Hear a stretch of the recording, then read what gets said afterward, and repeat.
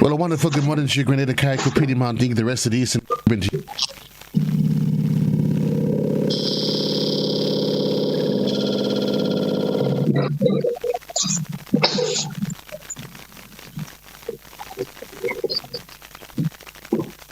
Those of you here at home, across the region, and in other parts of the diaspora. Indeed, we say thanks for being part of today's exercise. Well, again, for those of you in radio, we say thank you for being part of the Classic family. Those of you joining us on television, GBN Channel 7, Channel 11, and Channel 20 if you're in cable, or you're probably following us on the World Wide Web at www.gbn.gd or via our Facebook page or our YouTube channel. I'm Joseph Kador, and thanks for being part of the broadcast. Today, Thursday, my guest this morning, officers from the Royal Grenada Police Force, the Traffic Department, Officer Troy Paul, and 571 hosting. Gentlemen, good morning and welcome to the program. Good morning, sir. Good morning. And thanks for being on the program this morning. This morning, gentlemen, we talk about one of the not too, it's not one of the sexy roles the public would say that they're happy when law enforcement, for whatever reason, their vehicle have to be clamped and towed, or whatever the case might be.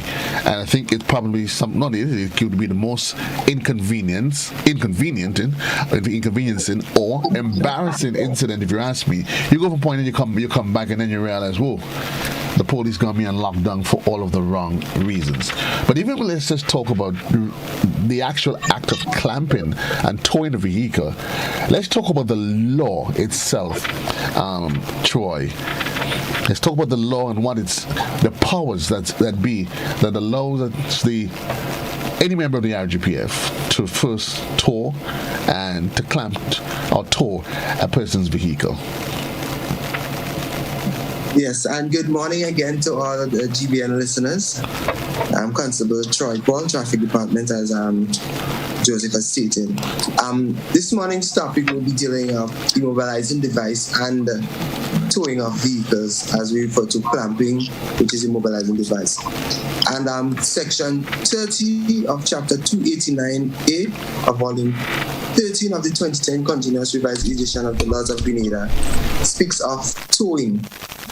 And we also had an amended section, which Act 21 of 2017. It speaks, that's where that law of immobilizing devices, which we refer to as clamping, comes into be. And however, that act, as the law states, is tied into Section 30 of the Road Traffic Act. So that act is merged. The Act 21 of 2017 is merged with Chapter 30 of the Section 30, of Chapter 289A of the Road Traffic Act. So that's where the police get their powers under the Road Traffic Act, so that we can tow away vehicles and we can clamp vehicles. What are the reasons? And I'm assuming, yes, while you have the power, there must be reasons that would give rise to that. So under the law, let's break it down now. What are some of the offenses that would warrant an officer to clamp or tow a vehicle? Okay, I will leave it simple. Once a vehicle is parked or left on the road at a place in such a manner as to cause danger or obstruction to other traffic, we can tow away sim or clamp sim. Also, you're looking at the vehicle that is parked within 30 feet of a corner, vehicle that is parked on the sidewalk, and vehicle that is actually, most of the clamping actually done on vehicle that is parked in the no parking area.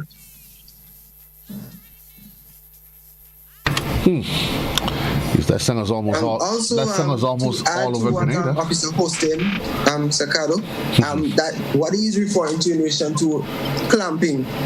Also, in the towing of vehicle under Section 30, it talks about vehicles that are uninsured. The police have the power to take that vehicle as well and can be towed once that vehicle is uninsured and it remains in the custody of the police until the person sorts out the insurance policy. So let me ask you though. So there is the power to tow.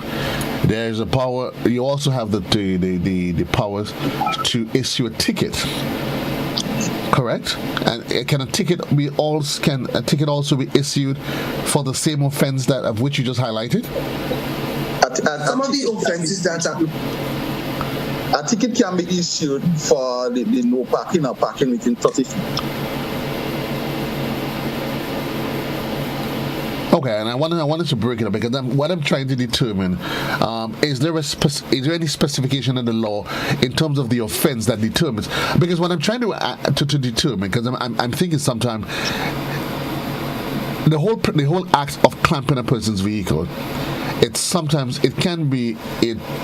mentally, I mean, it takes time, effort. An individual will probably find it easy if I come to my vehicle and see a ticket. You know what? Let me go deal with my ticket maybe tomorrow or whenever the case might be. I come and I see my vehicle clamped.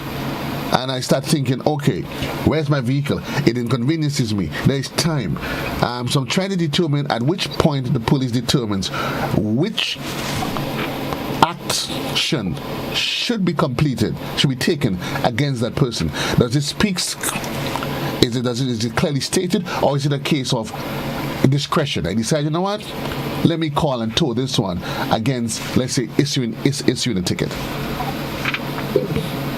Okay, let me put it that way. You may find officers within the town who are on mobile patrol. While on mobile patrol, these officers and them may see vehicle that is parked, same as what we spoke about in no parking area or parking within 30 feet of a corner. These officers would issue a clamp. Likewise, an officer that is doing foot patrol within the town may just issue a ticket for that said vehicle. So it's a discretionary action.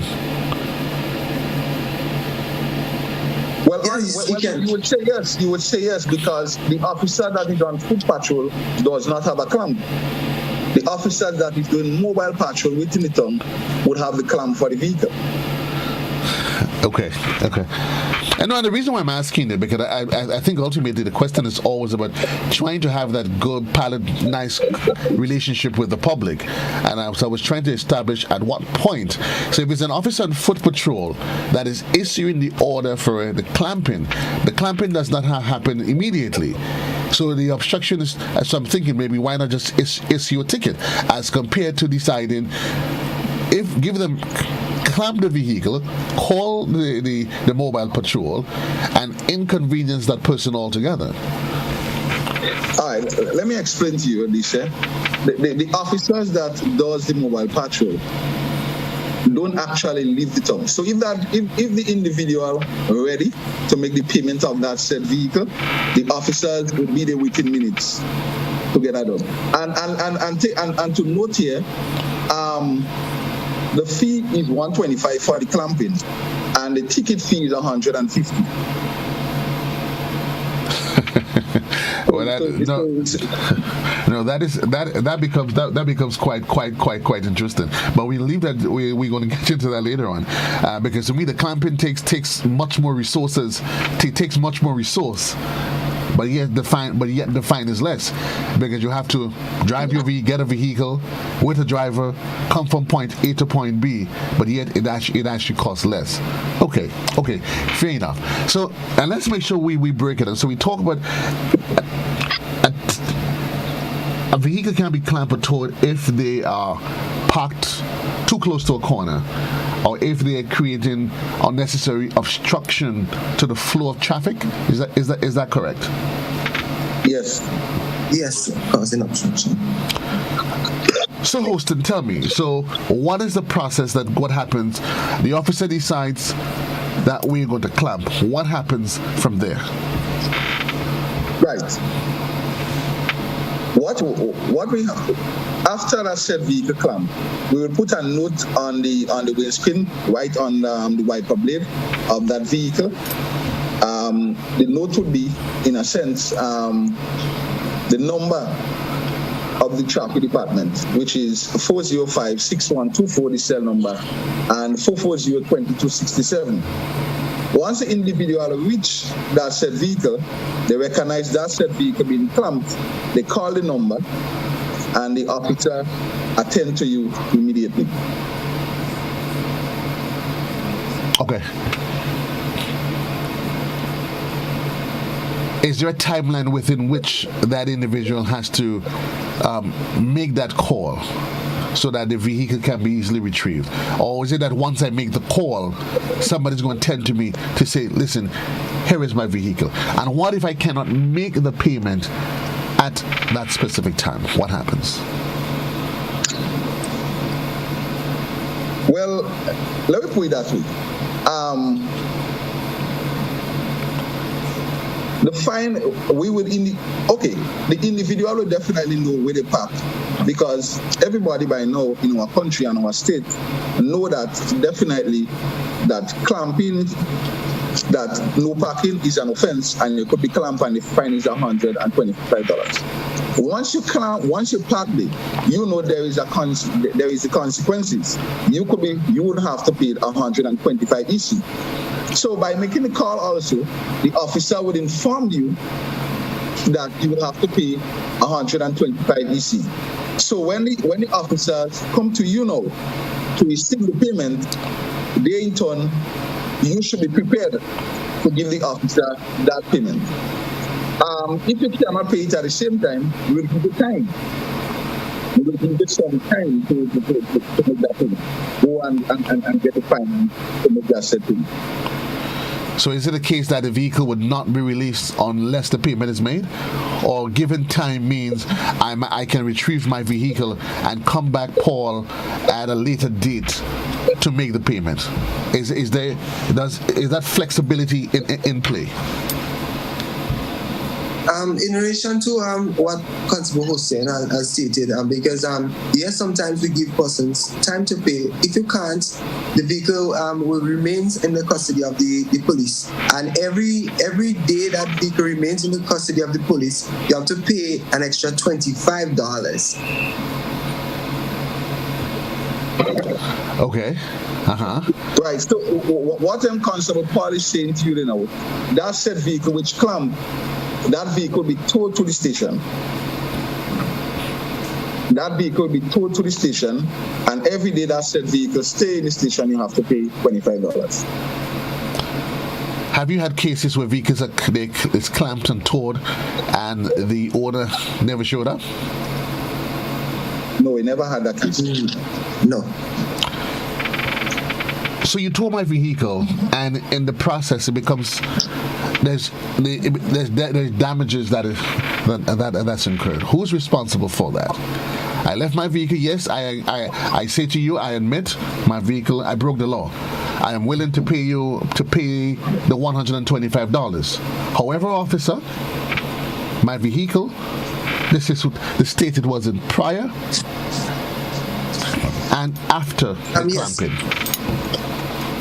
Under section, as I said, section 30, subsection 3, it states that neither a police officer nor a person assisting the police is liable, not the state is liable for any damages caused to the vehicle under the control of the police in accordance with this section. And that is bearing in mind that the damages is not caused willfully or negligently.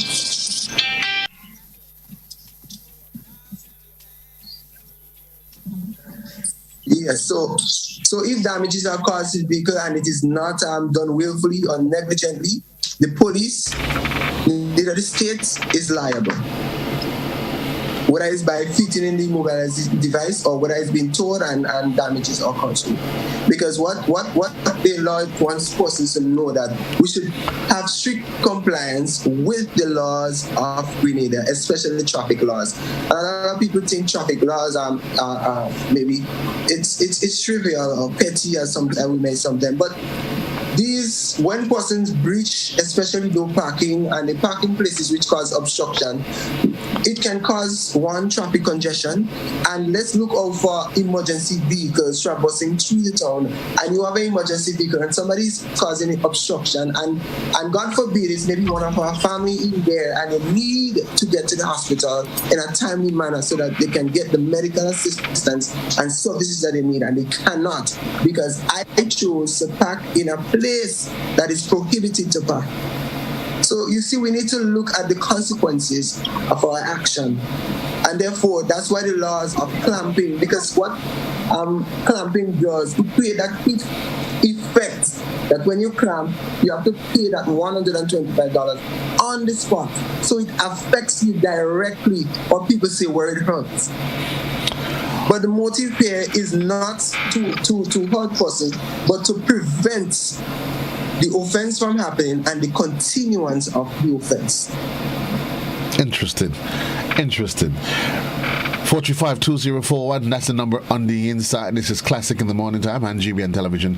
This is To The Point for today, the 10th day of the month of February. Speaking here with Office Constables Hostin and Paul from the Traffic Department of the Royal Grenada Police Force. And we talk about the act of clamping or immobilizing vehicles.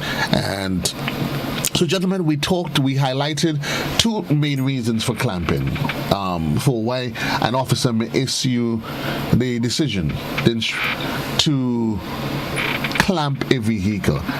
Besides the two that you highlighted, are there any other offenses that would warrant that, besides parking too close to a corner? And what are some of the other offenses that... Under the Road Traffic Act, one vehicle can be clamped for, as the law said, almost any offense under the Road Traffic Act. For example, if I am doing investigation and by virtue, I believe that vehicle may not be there when I return, if I have to maybe get a tow truck or so, I can clamp that vehicle for investigation purpose. I may realize that the vehicle has a license that does not belong to it. I can clamp it, and for it is uninsured. I don't want the person to continue with that vehicle being driven uninsured. I can clamp that vehicle as well for investigation purpose. And yes. So it's not just only for no parking obstruction, but almost any offense, once the officer believes that it's warranted and can justify the cause, can be clamped under that. And before you comment, Hostin, so just clamping, hold for me, Hostin, clamping and towing, so that's two separate processes by itself.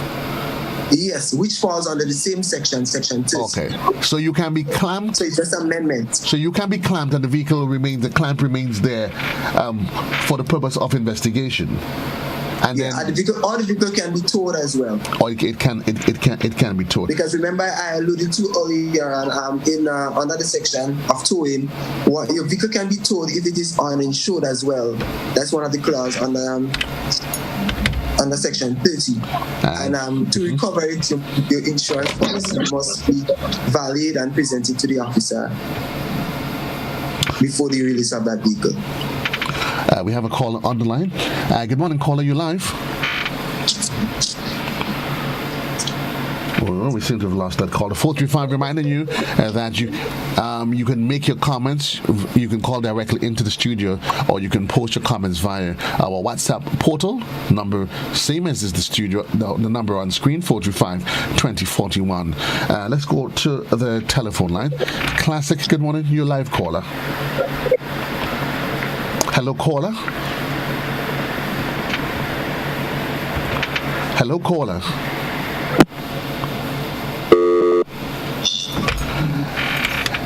Yes, Hostin, go ahead. You were about to make a point. Something we recognize at the traffic department, a heavy trend what taking place now is vehicle that being parking on the sidewalk.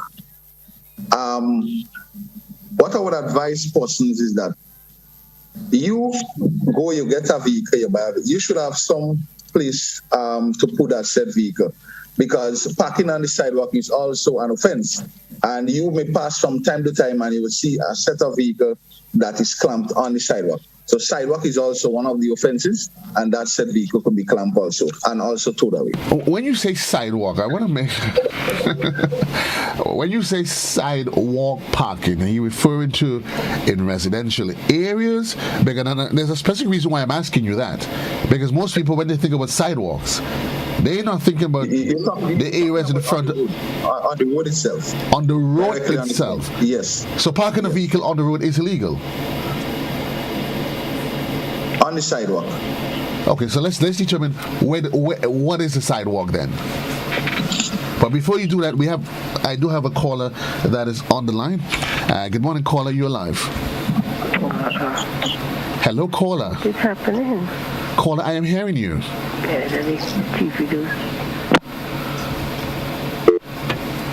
I'm not sure, caller, if you're attempting to get into the station or you're trying to make an alternative call, but the number that would get you into the studio is 435-2041. So, Hostin, let's establish what exactly is the sidewalk. What constitutes the sidewalk? Hostin? Yes. All right. Let me look, for example. I will give you a typical place where I'm definitely mentioning putting into the sidewalk. You see, let me put it that way. The sidewalk is where you would find pedestrian walking, and if you park that said vehicle on the sidewalk, the pedestrian now would have to walk in the road. Therefore, you need to park the vehicle in the road itself, not directly in the road, but not on the sidewalk. Therefore, the pedestrian can walk. Wow. If I may add to that, Joseph. Go ahead. Go ahead, host. Go ahead, Paul. I'm hearing you. Go ahead. Yes, because once, as Constable Hostin was speaking about, mentioned sidewalk, this is also falls under causing obstruction, because obstruction is not just only preventing the free flow of vehicles, it's also preventing the free flow of pedestrian movement as well. And not only that we're talking obstruction, also likely to cause obstruction. So you may park in a place at that particular moment and it didn't cause obstruction, but the possibility of you parking there could cause obstruction in near future. You can also be clamped for that offense. And then, yes. We have a caller on the line. Good morning, caller. You're live. Hello. Yes, caller. You're live. Go ahead, please.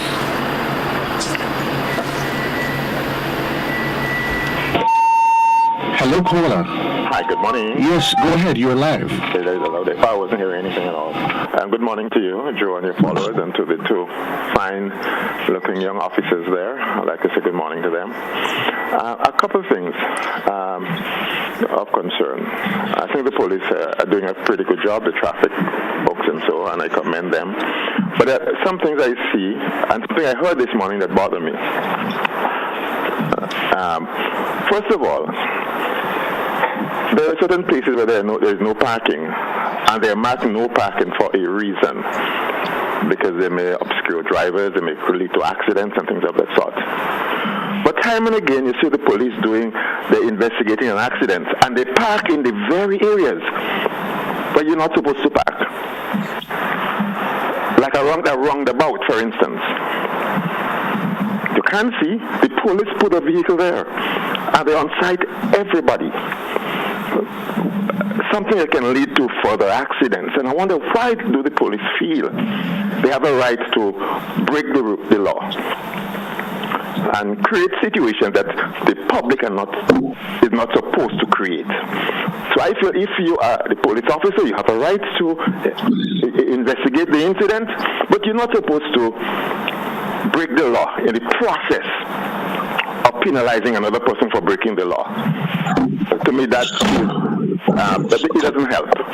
Okay. And you see it especially around the sugar mill roundabout. Every time the police are there, they are blocking traffic and they're packing in bad areas. And I think this should be avoided. One thing I heard this morning that also bothers me. If I, as a law-abiding citizen, I would try, of course, never to get my car clamped. But if my vehicle is clamped, I have to be penalized. And I'm prepared to pay the penalty, but I should not have my vehicle damaged in the process. I'm expected to be penalized, but not my vehicle damaged. Now, I heard that they are not responsible unless it is willful or it is done negligently. Now, how do you measure that? Who determines whether it was willful or it was negligent? Can this be measured really? Especially if you're not around to witness it happen?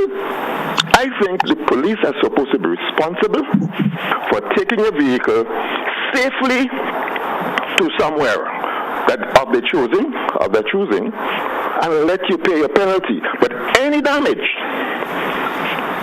that happens to that vehicle should be the responsibility of the police, because I have no way of knowing whether it was done willfully or negligently. Yes, and this is you cannot debate those matters in a court of law when you're not an eyewitness. So I think the police should take full responsibility, utmost care.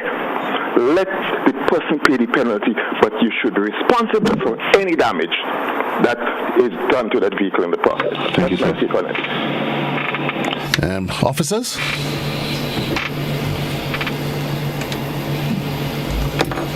Do you care to comment? I did not hear him too clear. I think so he addressed the issue as it relates to damages to the vehicle, and he's of the opinion, listen, if I'm willing to pay the fine, I'm willing to pay my fine. I was fined, that's okay. Why then should I have to then suffer the inconvenience of having to pay for damages to the vehicle?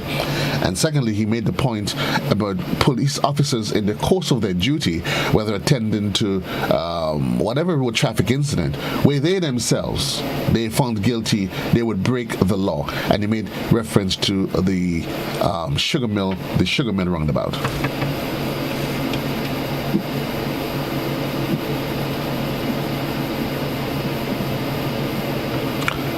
Paul Hostin, can you hear me? We seem to be having some connectivity challenge with our guests. Gentlemen, can you hear me? I'm assuming that they can't. 29 minutes gone past. We'll take a quick commercial break and we'll be right back.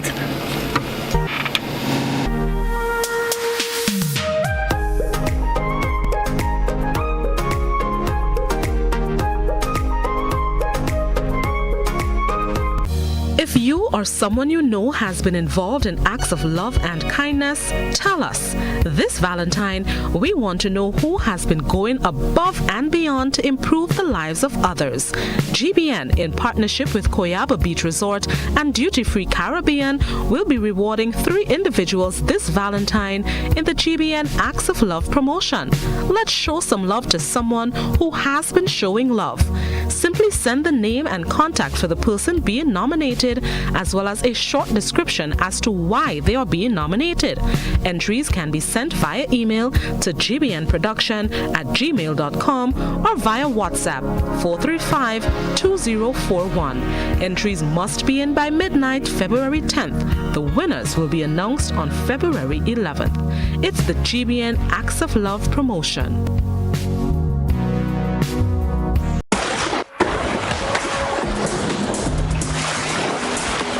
I take the vaccine and I could feel a sense of freedom. I just have to continue the right COVID protocols and I'm ready for life. You telling me you're afraid of what they're putting into you? Some of all you have metal feeling in all your mouth for over 30 years and nothing can change, or you're still ugly. You worried about a vaccine that could save your life if you catch COVID? All that food with them chemicals and hormones all you eating every day. All you know what going in on your body? And you worried about a vaccine that could protect your children and your family? All you're joking, man.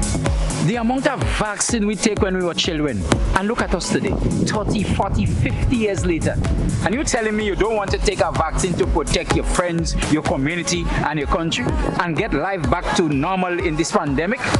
Nah, man. All you're joking. Think about it, my fellow Grenadians, Carriacouans, and Petit Matnicans.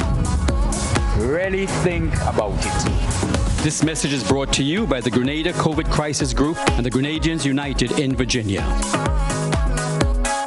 The final of the Grenada Distillers Limited National Karaoke Competition is on this Saturday.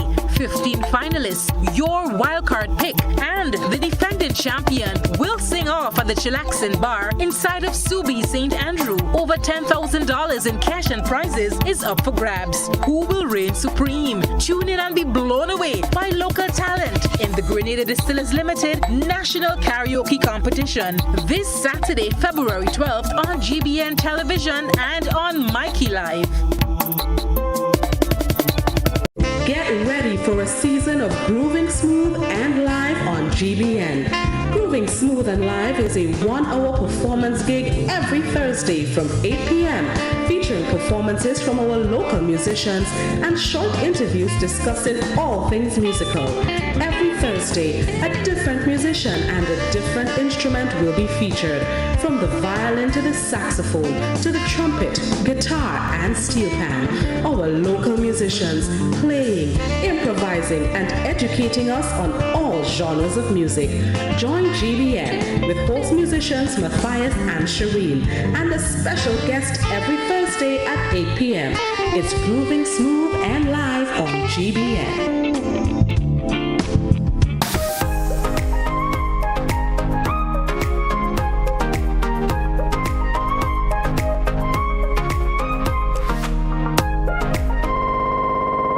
Welcome back to the program. 25 minutes gone past onto the hour of 10 o'clock. We're back with PC hosting. We seem to have lost connectivity with Paul. Officer, we were talking about clamping, who has the rights to clamp. There's also the issue of tampering. What does the law say about that? And I will repeat that. No person,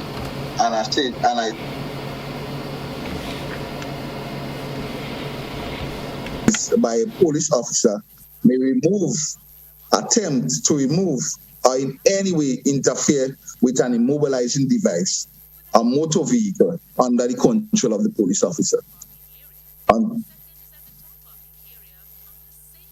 So let's talk about consequences. What happens if that is done?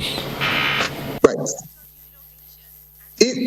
If anyone remove a tamper with an immobilizing device, you can be arrested for so. And the fine is not little, but it's hefty.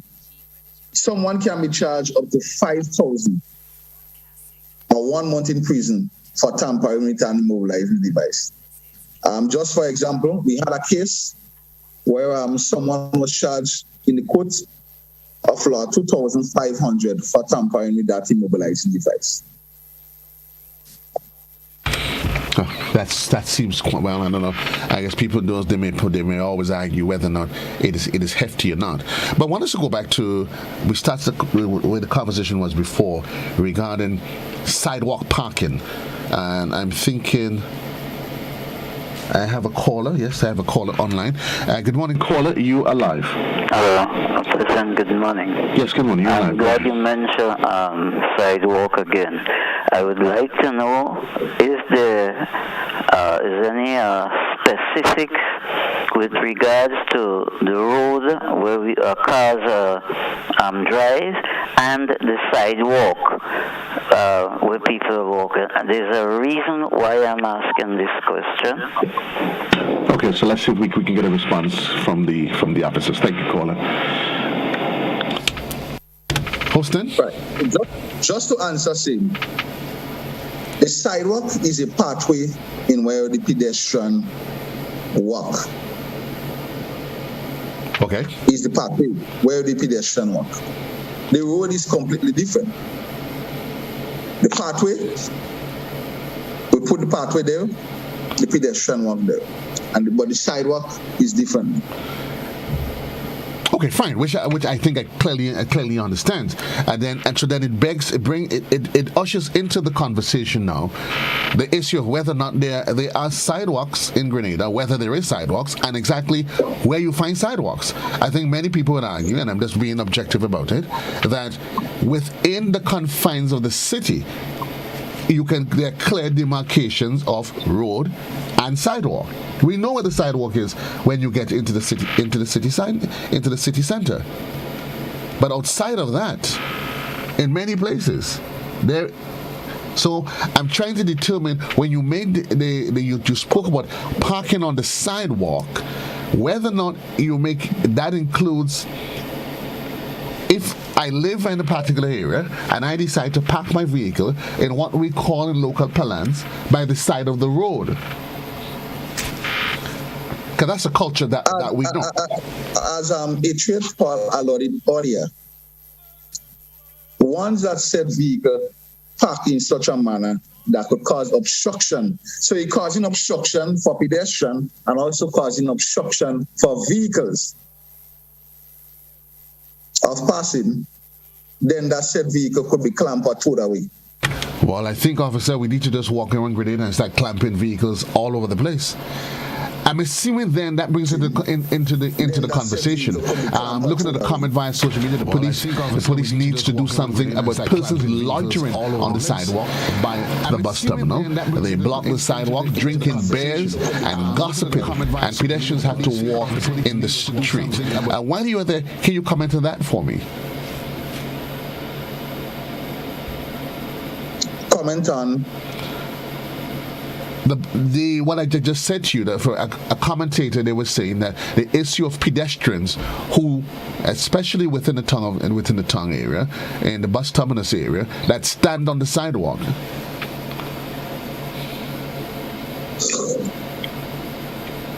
Well, the whole aspect of loitering on the sidewalk. Standing on this. Loitering on the sidewalk, not just standing, loitering. Well, loitering in essence is an offense. Loitering is an offense.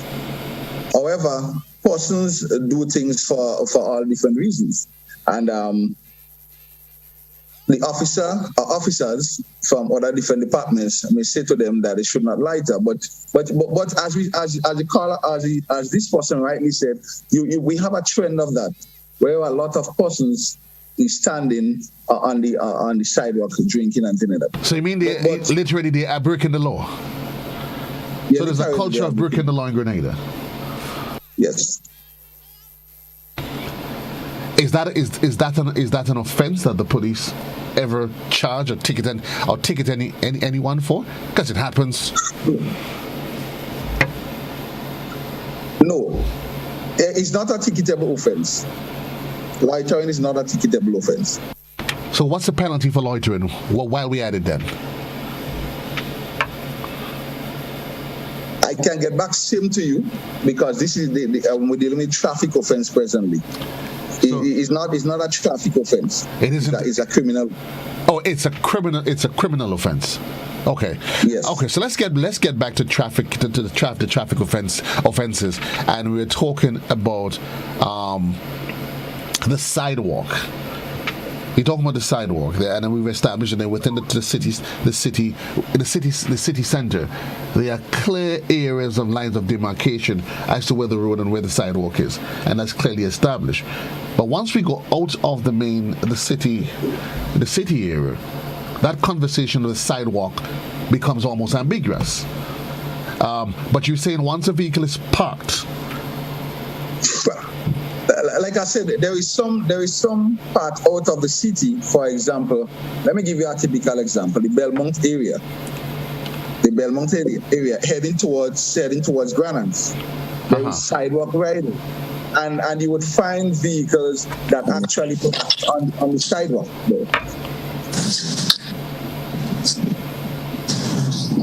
And when you say Belmont, which area in Belmont? You're talking about just before the foliage, the lower Belmont part. Right. Yes. This entire area have a sidewalk part. So you would see from time to time vehicles being clamped in this said area. So for it to become an offense, it must be a case where there's an established, defined path for pedestrians.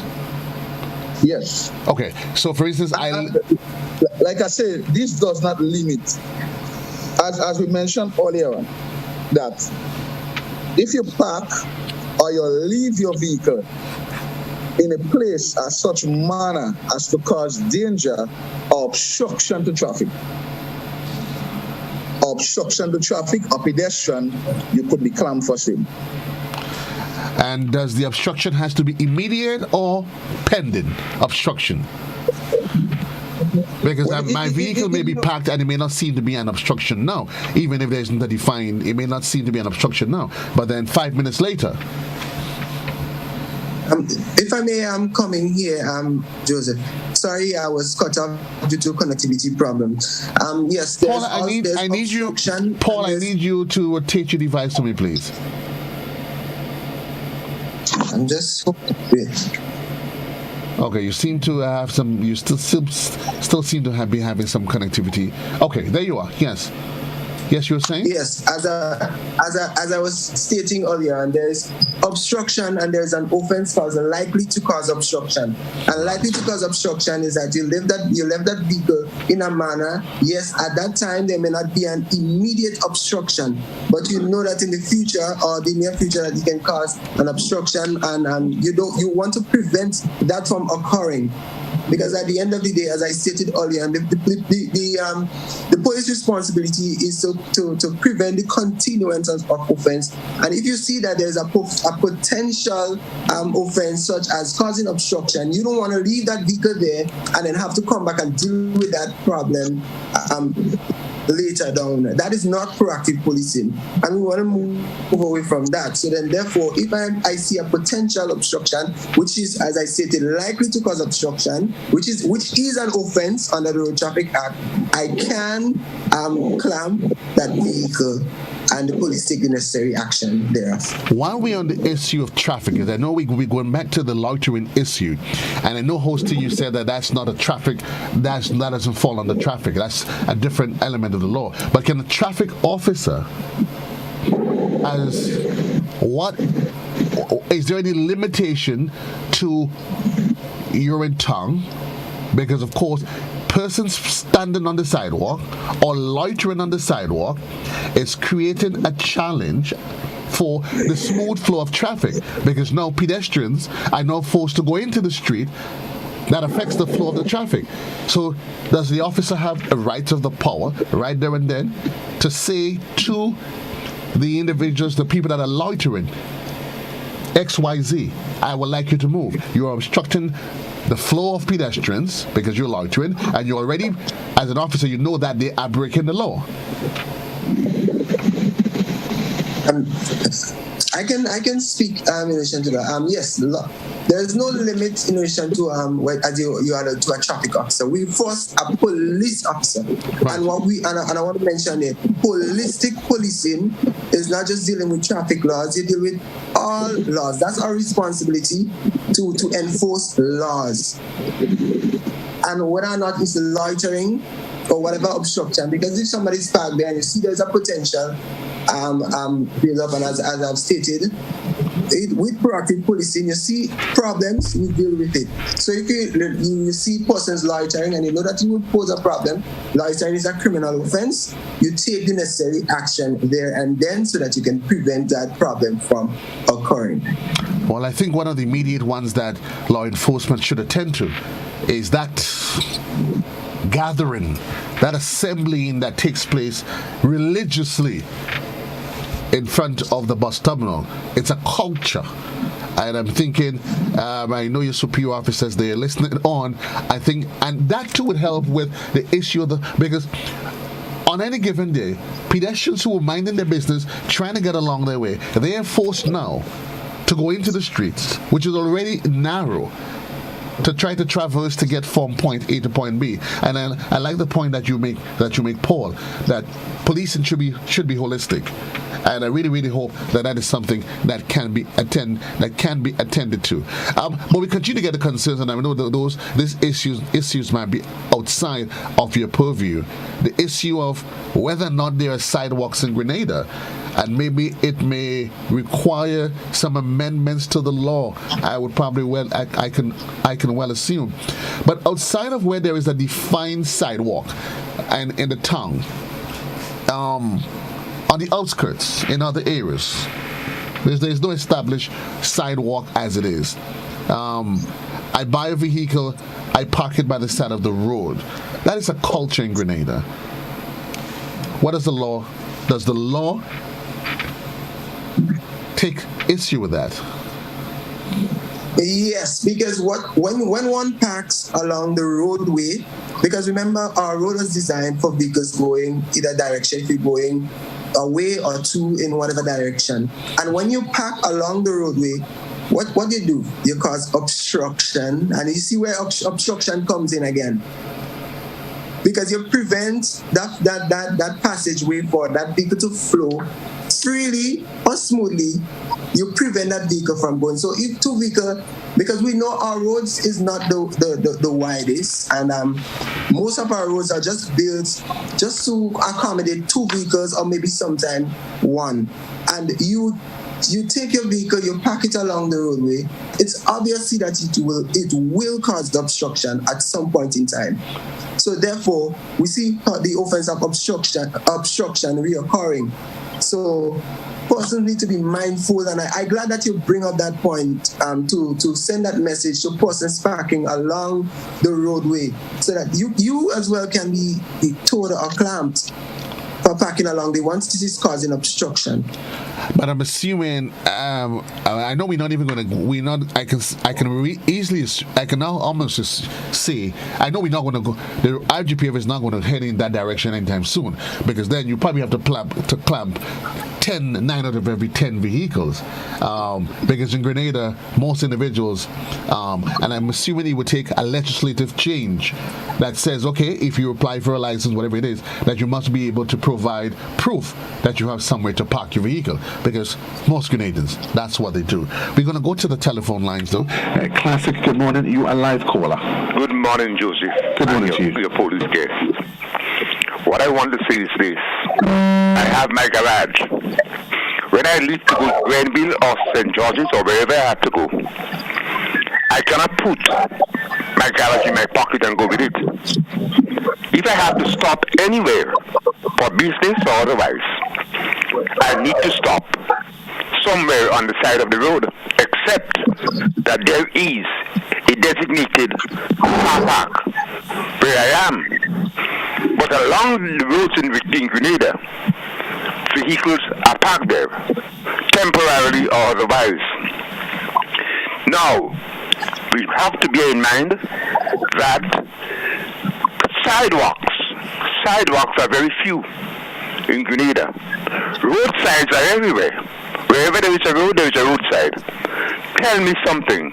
If I park my car on the side of the road with reasonable space for traffic to continue, how can it be an offense? Thank you.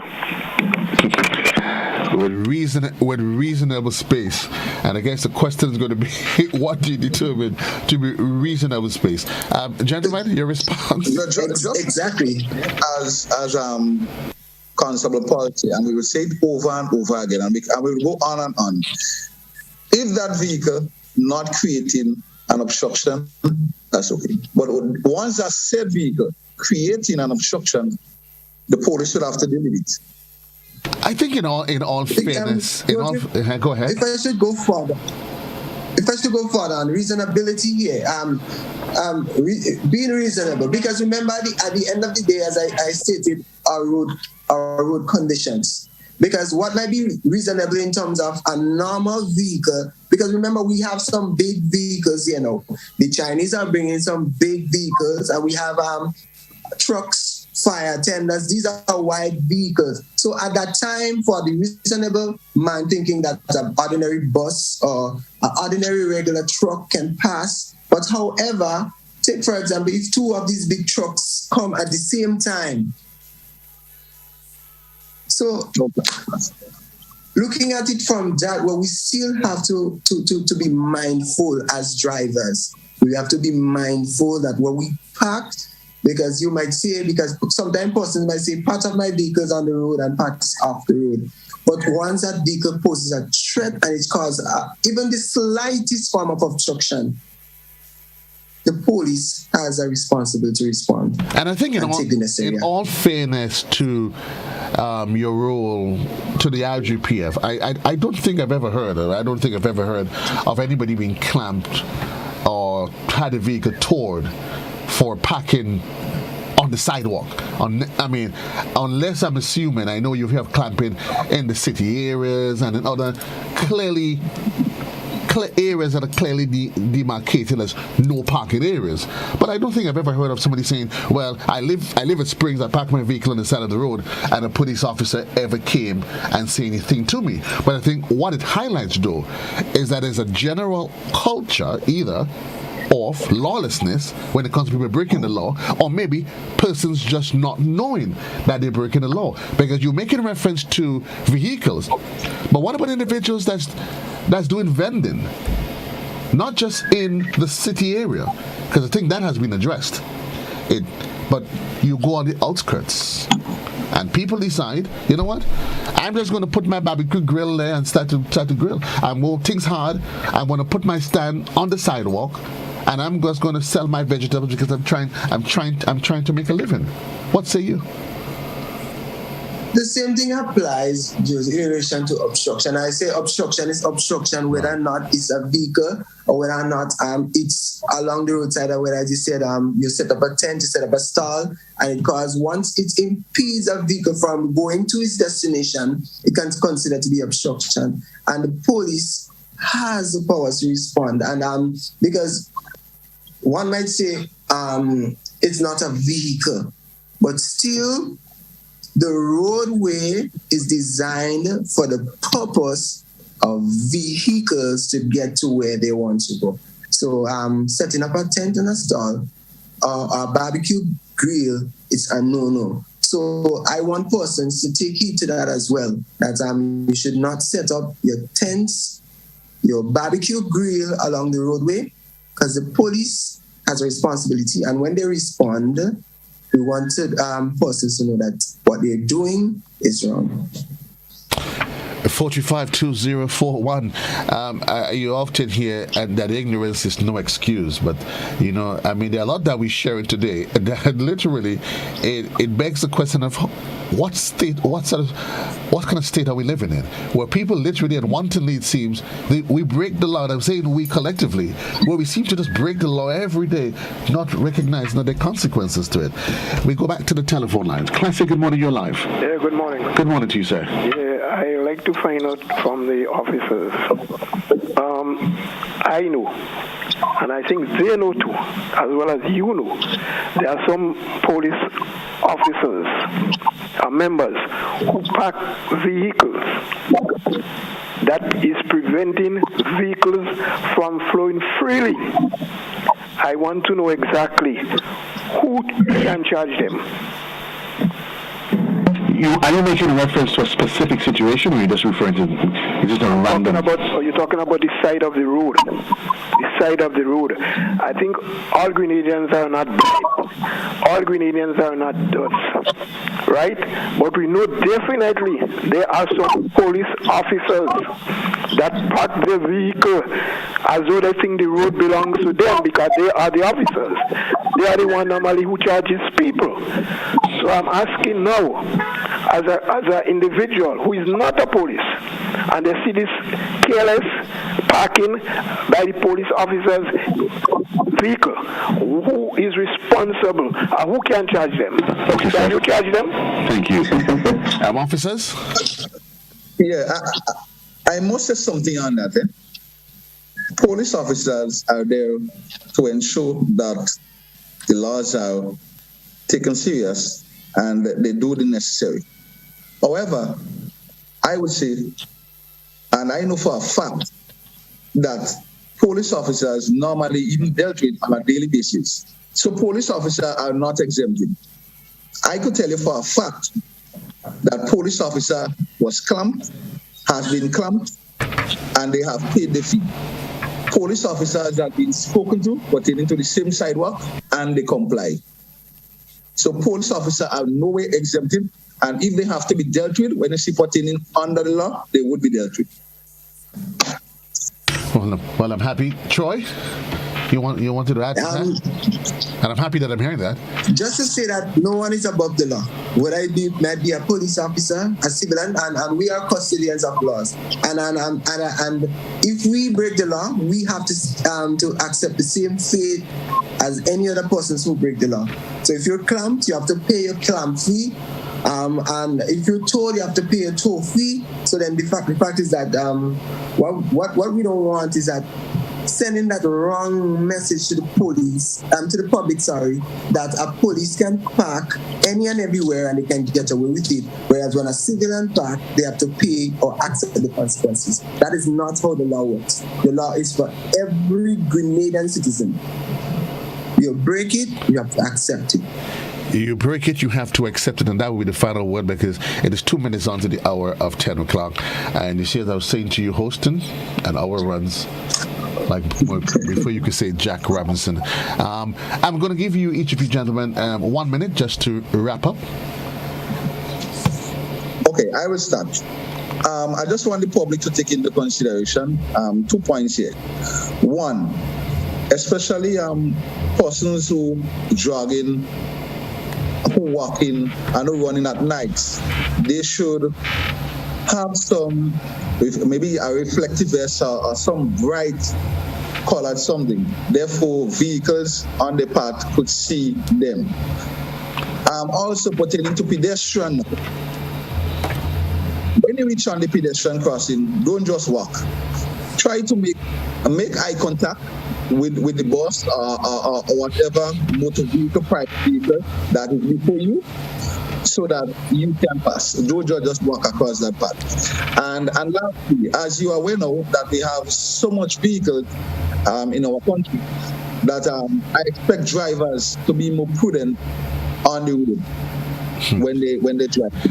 You may have to You know what I'm saying? That's indeed a conversation that we probably don't even want to start now.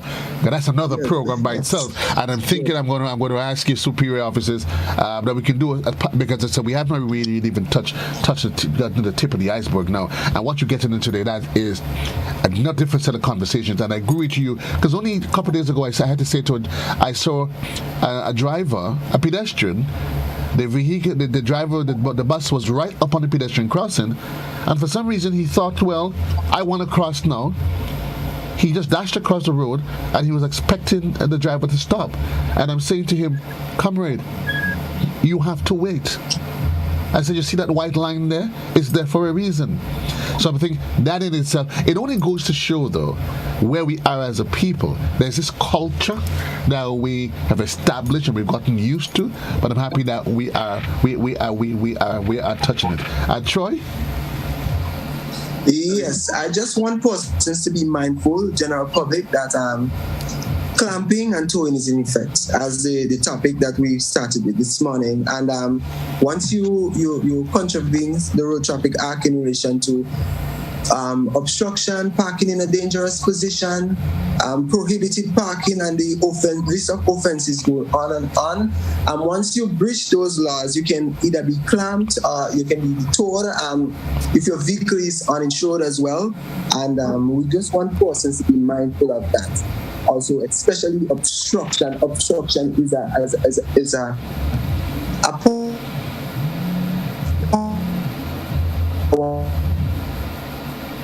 drive home to persons obstruction. Where we park the ambulance, proceeding to one place the other. And remember, there are consequences. $125 in this hard economic times, you have to pull out of your pocket to pay for a clamp. When you could have avoided and use one of the paid parking lot where you just have to pay maybe about $5 or a little more than that. So let us be mindful of how we go about parking or dealing with offenses in the town of St. John. Thank you very much. Because Thank you very much, gentlemen. I know we've left the public literally wanting more, and I'm probably going to say to them, I'm promising them that I'm not sure if there will be the two of you, but I'll make the request that we do a part 2, and if possible, a part 3, and as we deal with address some of the laws of Grenada, the things that we do every day that we don't know. We do it and not realizing that we are in fact breaking the law. Constable Houston, Constable Paul, indeed it was a pleasure being here with you. For those of you who are listeners and viewers, those of you on radio, television, social media platforms, we say thanks for being part of the program. Until then, JC loves you. Peace and love. Have yourself a really wonderful day.